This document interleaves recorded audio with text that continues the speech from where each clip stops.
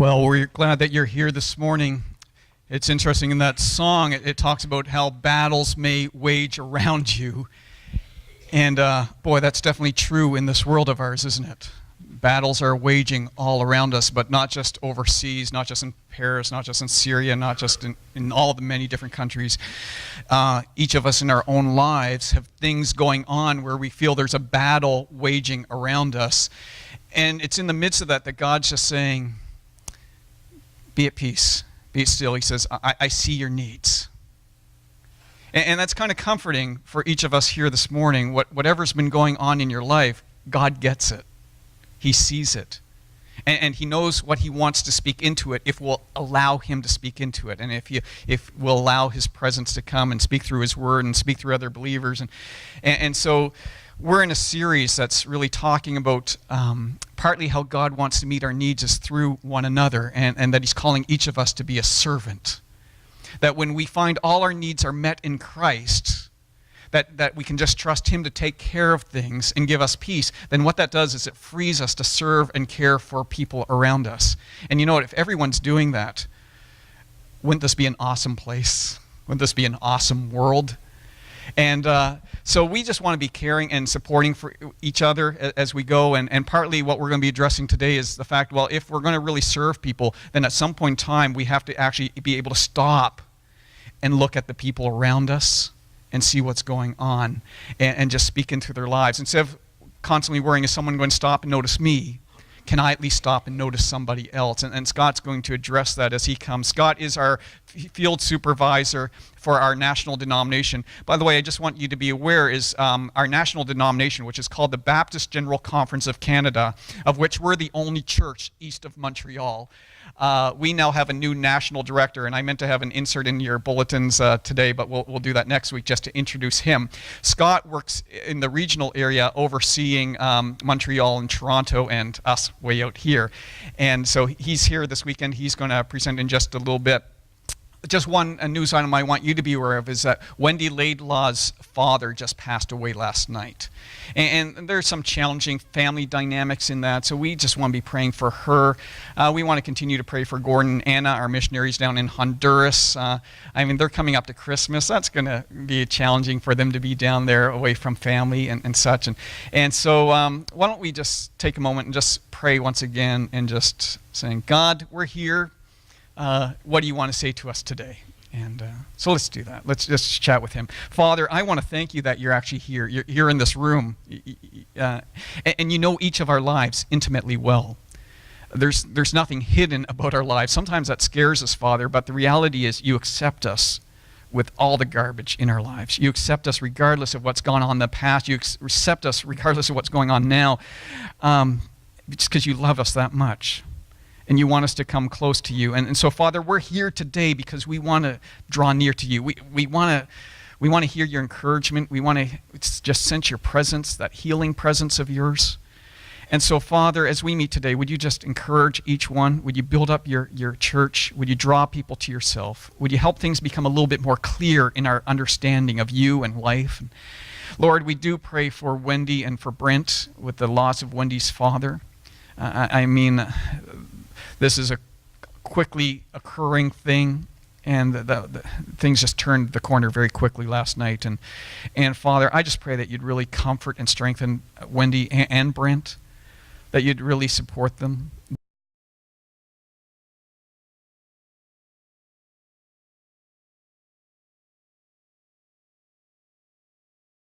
That you'd give her peace and grace and patience and strength and wisdom and tact. And Lord, I just pray that through what's going on here, that you do some healing stuff, not just with them, but with their extended family too. And Father, for Gordon and Anna down in Honduras, Lord, I just pray that today you would encourage them, you would work through them. I pray for our Manos Extendees, our partner ministries down there, for Compassion International down there. I just pray, Father, that you'd really encourage these ministries, that you'd strengthen them, that the workers there that give so much of their time and energy and resources, Lord, that you'd just bless them and strengthen them and just give them a sense of that what they're doing there matters and it counts and it makes a difference. And so, Father, thank you that you care about each one of us. Thanks that we can even meet with you today. As Scott comes and he presents now truth about your word, and would you just open up our ears to hear and our eyes to see so that we would get it, and that it would actually change how we approach this coming week as a result. So thanks. Thanks for all you do. In Jesus' name, amen.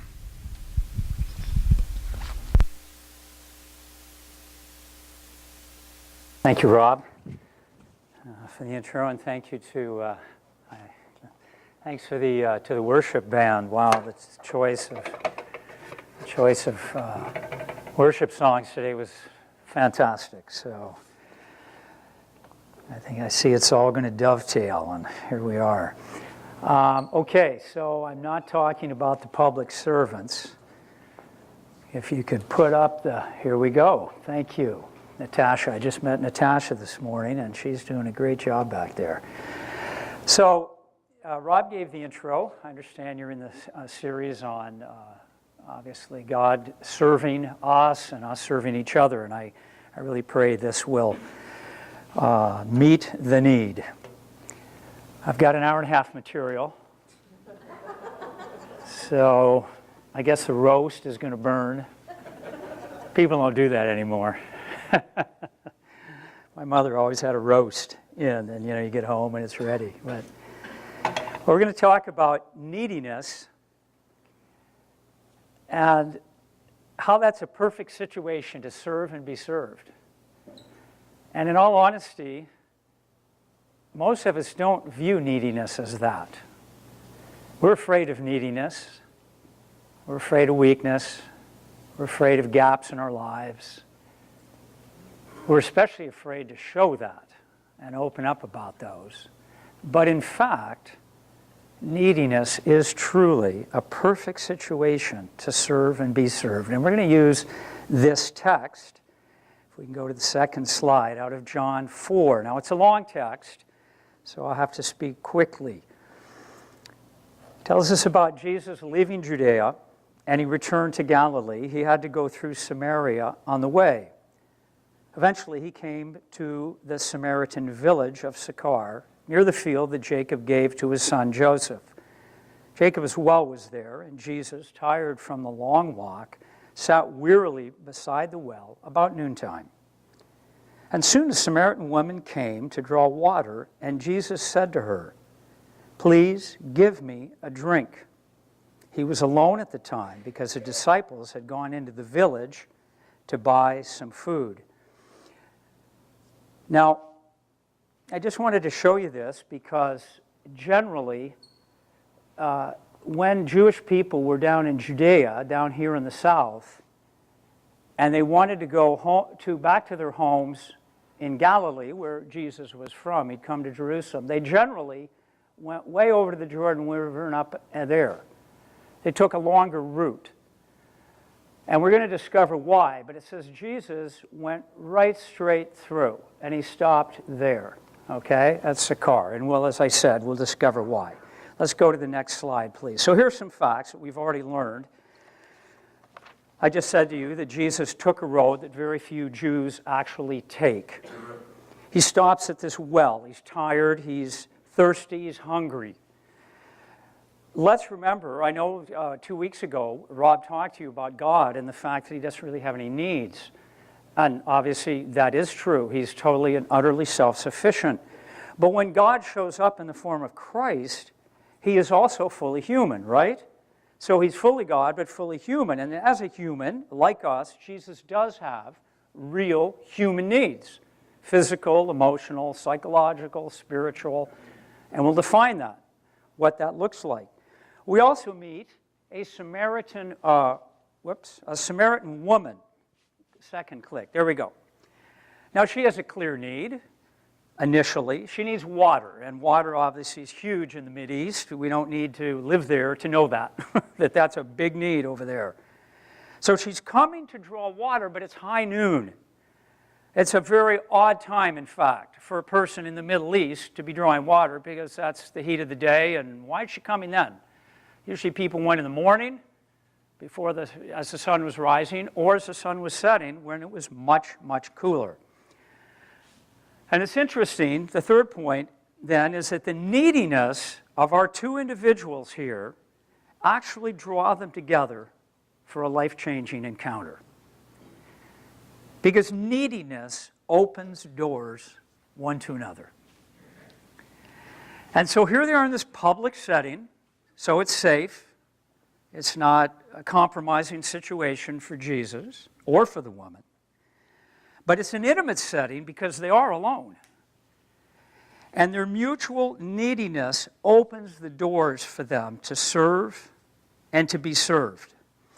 Now, I've already said to you that very often we're actually embarrassed or even ashamed by our needs. And sometimes, as Christians, we believe that we must be strong and not show any needs or not show any weakness. In fact, some of us become Christians for the very reason, right, to meet our needs and not be weak anymore, not be afraid anymore. So we, in a sense, come to Christ so that he will turn us into people, in fact, who don't really have any needs, because then we're strong, right? And we got it together. And yet I think that God, yes, he wants to meet our needs, and Christ wants to meet our needs, but it's interesting to see how he's going to do that, because, as I've already mentioned, needs actually open doors. Needs make us approachable. If I have no need, I'm not really approachable. See, you're needy and I'm not, see? So, you can't really get into my life. But I see all the problems in your life. Because, see, you're needy, but I'm not, see? I'm strong. But when we really recognize we're all needy, this is actually a really wonderful open door. And when non-Christians can identify with us and see, whoa, Christians aren't perfect, Christians have needs, some Christians are more messed up than I am. Seriously, right? Some non-believers really have their act together. Isn't that true? Sometimes way more than some of us. Now go figure. Well, maybe they had a good upbringing. C.S. Lewis said, sometimes the difference between a happy disposition and an unhappy one is good digestion. Has nothing to do with Jesus. But I'm saying to you that as we have needs and as we open up, we make links. So let's see how this plays out. Let's go to the next slide. So the woman was surprised. Yeah, for Jews refused to have anything to do with Samaritans. And she says to Jesus, "You are a Jew." And of course, in those days, clothing said everything, told everything about, right? So she knew he was a Jew. "And I am a Samaritan woman. Why are you asking me for a drink?" Let's bring up the next click here. Here's the historical context, quickly. Incredible animosity between Jews and Samaritans. Oh, the Jews are so pure in their bloodlines, and the Samaritans have mixed bloodlines, you know. Using a terrible term, they're half-breeds, okay? They disagree on what books of Scripture to use and on where to worship. And here the woman picks up on the racial and religious issue. You're a Jew, I'm a Samaritan. And so it's racial and religious at the same time. But she also picks up on the gender issue, which is still a big deal in the Middle East, right? Still a huge deal. And he, as a man, and she doesn't know he's a rabbi, but especially as a rabbi, he should not be speaking to her in public. No man speaks to any woman in public. So there's a gender issue. And she says, "I'm a Samaritan woman." I think that's how you pronounce it down here. Let's go to the next slide. So what is so cool about this is Jesus sees this woman. And he sees beyond the racial, religious, gender, and you just keep adding all the potential issues. He just sees right through all of that. He sees her worth. He sees her neediness. But to open the door into her life, He opens himself. Please give me a drink. It's so disarming. It's so vulnerable. It's so real. And this is not an evangelism strategy. I've heard so many talks on John. What a strategy. The guy was thirsty. It's hot. He was tired. The people have gone into town to get food. He was hungry. This is not a strategy, folks. This is sharing life. I'm thirsty, though, and she says the well's deep, but I don't have the thing to draw. Would you give me a drink? So he ventures out, not with a strong punch, not with aggressiveness, not with an offensive mood. He ventures out with defensiveness. I have a need. We have needs, but our needs open doors. Our needs permit space in our life for another person to come in and enter into my need and meet it and encounter me. That's what it's about. Jesus is not Clark Kent.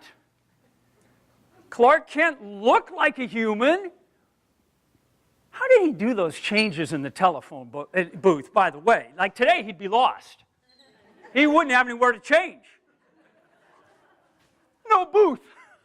I love it. But when he strips the clothes off, he's not a real human. He's Superman.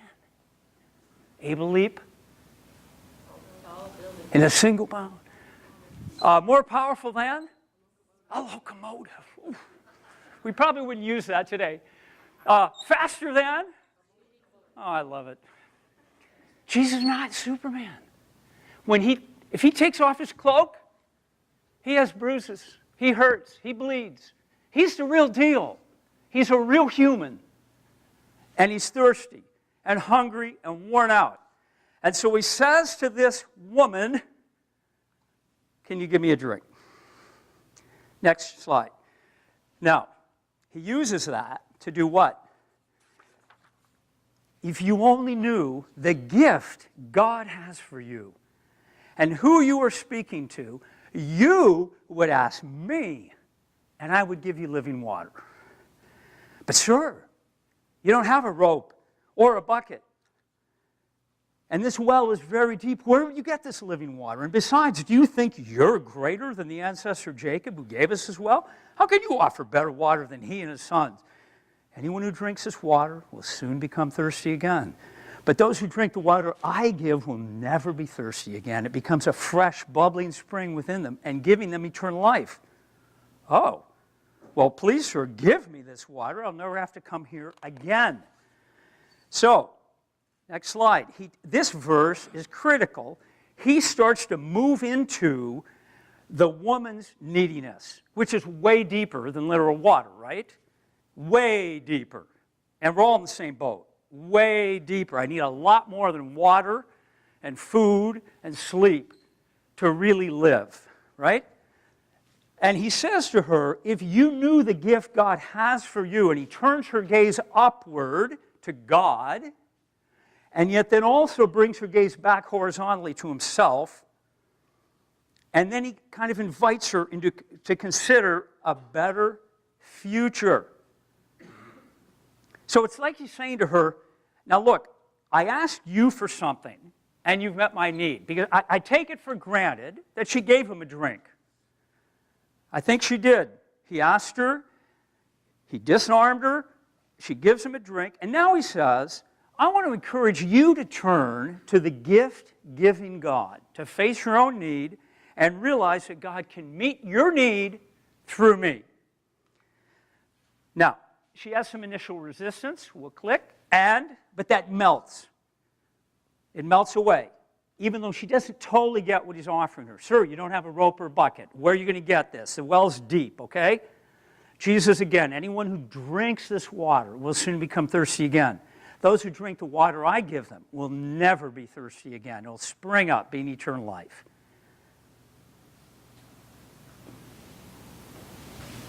Oh, yeah, and then on the... Didn't I just read that? Thank you. Okay, let's go there, to the woman. Next slide. Now, Jesus has an ability to go from the swan life, think of swans, right? They're just floating on the surface, everything's cool, kind of superficial. He can go from swan to submarine in like no time. And this conversation is just going from water and like, I need a drink and it's hot and you're getting drink and whoo, she just dive. Remember in the movies, they're making that sound, the old sub. So he's diving. Look where he goes. You want this water, essentially? Go get your husband. I don't have a husband. You're right. You don't have a husband. For you have had 5 husbands, and you aren't even married to the man you're living with now. You have spoken the truth. Now, one thing that's difficult about the fact that we have a Bible as opposed to audio tapes and DVD of the real Jesus, and because we don't get his tone. And I have to admit that for years, when I read this and thought about this woman, I thought that he was trying to focus on the promiscuity of this woman. And trying to bring that out, which if that's what she was, that can be a problem. It is a problem. But the more I think about this, I don't think that's what's going on here. This woman has had 5 husbands, is that right? Yes, 5 husbands. She's living with the 6th guy. In this culture, I think a much more reasonable and clear explanation is this woman is used, abused, cast aside, and she starts with one husband, and he gets rid of her, he divorces her, and she drops a notch, right? Excuse the expression, used goods, and then she drops again, and drops again. This is not a case of promiscuity. This is a case of a woman being treated terribly, like by men, and she's like down at the bottom now. The guy she's with now hasn't even made the effort to legalize this and marry her. So we're talking about somebody that, go ahead and click, is in such need and pain, like every person, and in this case, every woman in life. She is looking, and rightfully so, for a man to love her, to care for her, to cherish her, protect her, all the things that men are supposed to do, and she has had virtually none of that. And she is at the bottom. And Jesus has the courage and yet the delicacy, the delicateness, of like a surgeon, because this could blow the whole encounter right here. If he doesn't handle this right, she's gone. Right? Ladies, would you be gone if, look, he's not saying, excuse the expression from adults here, well, you're just a whore. He's not saying that. He's not saying that. He sees her. And if he could get hold of those 5 husbands, it would have been interesting to see what he had to say to them. So he opens her up, and whatever she sees in his eyes, she doesn't run, she stays put. So she's not seeing in his eyes rejection, or you should be ashamed of yourself. She's not seen from God. We're talking about God here is looking at her. You ought to be ashamed of yourself. You're so dirt. You are like lower than dirt. Okay? She is feeling love, support, care. And so most of the people that I've met, men and women, that have lived a life like this woman, are so beat up, they don't even need other people to be disgusted and ashamed of them. You know why? They are disgusted and ashamed of whom? Themselves. Right? I don't need somebody to walk over me when I've gone through this. And I say, this happens to be a woman, it could have been a man. But God looks at her. What an accepting God. Opens, serve me please, give me a drink of water, and then opens himself, and then he enters into her need, and let's see what happens. Well, I think one thing that happens, let's go to the next one, is she freaks. Right? That was taken directly from the Greek text of the New Testament.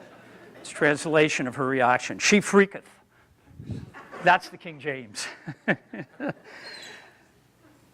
What happened? How do you react when somebody looks at you and you have the feeling like you're naked? They just like, they see right in and through you, and even with the love, I think she was good for a second, and then the fear and the shame take over, and let's just shift the focus. So what does she get into? She gets into this whole religious discussion of the difference between, she goes back to the divisiveness. As what? As what? A shield? To push back? When you're really seen, it's scary. Have you ever really been seen? And seen in the darkness in your life. Have you ever really been seen by somebody? When you've really done something wrong and they've caught you and they've seen you. What's the reaction is not like, oh, keep looking at me. The reaction is, I'm going to cover up, man. I'm covering. I'm running. Right? So she's running through this theological discussion. But it's interesting. This woman, so messed up, you go all the way down here, and I'm not going to walk through all this other stuff. Woo! She says this. Amazing. I know the Messiah is coming. The one who is called Christ. When he comes, he will explain everything to us. Jesus told her, can you read it? I am the Messiah.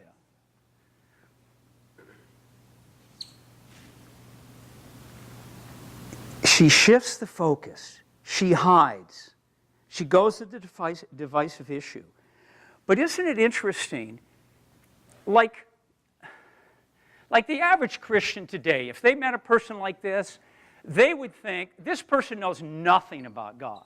This person is so out of touch. This person is so in the world. They are hopeless, right? That's how most of us might judge someone like this.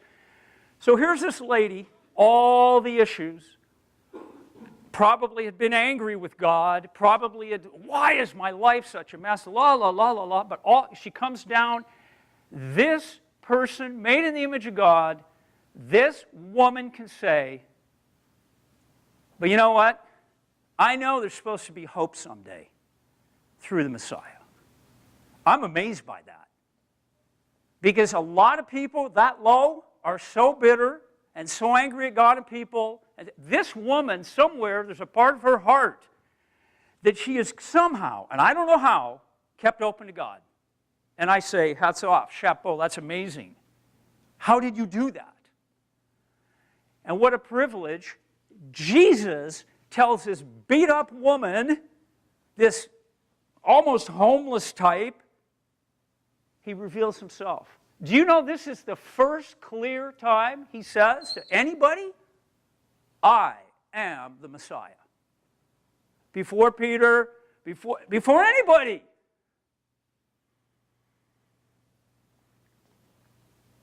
The humility of God. God revealed himself to shepherds.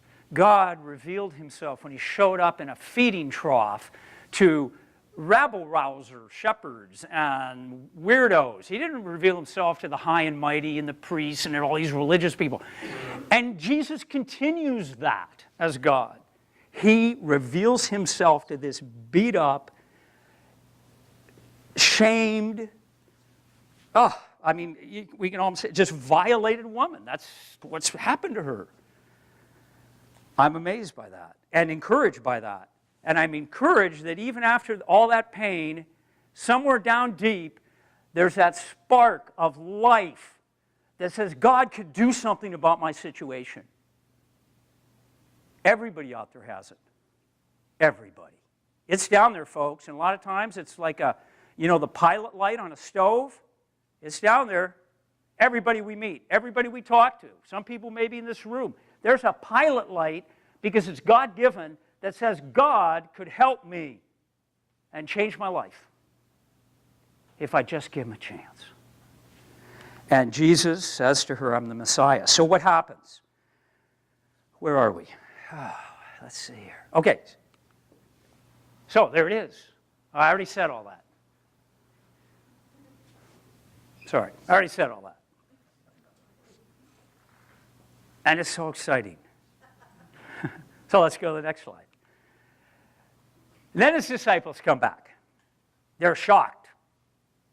The gender issue, to find him talking to a woman. But none of them had the nerve to ask him, what do you want to do with her? Wow.